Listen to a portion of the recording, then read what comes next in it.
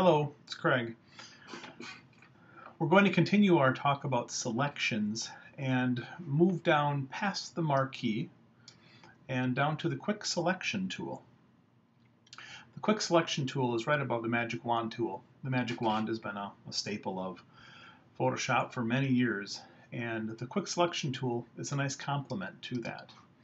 So I found that the quick selection tool works best when you have higher contrast areas. I'll show you an example here. If I go to this Oscar Mayer logo here, and I have a definitive contrast here between the black and the yellow.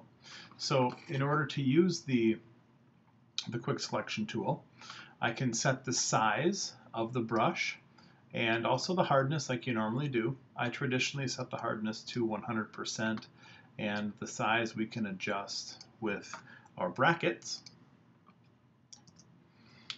Left and right bracket. Left makes it smaller, right bracket makes it larger. So we'll set it fairly close to the edge here, and all you do is click and drag. And it will start to select like colors as you move around. I'm trying to kind of touch the black all the way around it. It doesn't look perfect as you go around it, but once you release your mouse, it actually refines it itself. And you can see that now it looks like it has first time, a pretty good selection.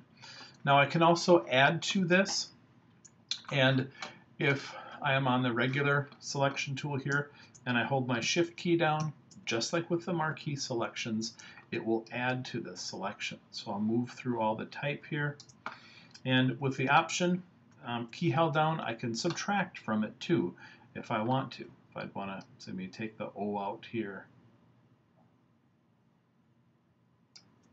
it would refine that edge. I would have to go in here, of course, and refine this edge a little bit more.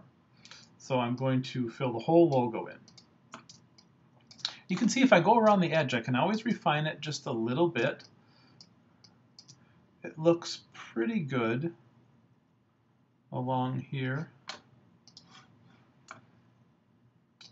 You can click individually to bump out the pixels in some areas. But all in all, this is a pretty good tool. I'm just going to refine this just a little bit as I go around here. So again, the quick select tool in higher contrast areas. So if I zoom out, now I have a selection on here.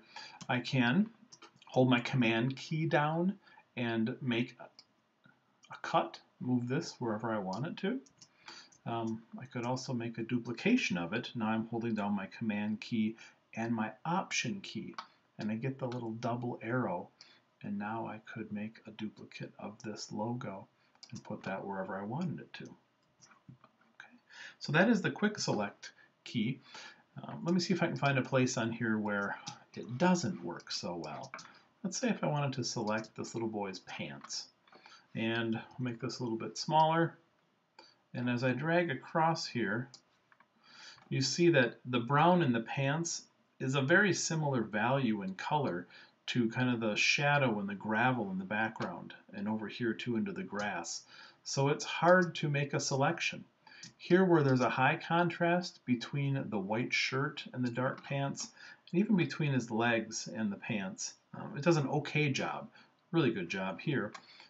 But even when you get into the shadows below his shorts on his knee and some of the darker skin tones, it just doesn't work so well. Even when I go in here and try to refine it, I'm trying to add it here and subtract it here. It takes a little bit of work, and it's far from perfect. So not a good place for the quick selection tool to work where you don't have a high contrast area. Thank you. I hope this was helpful.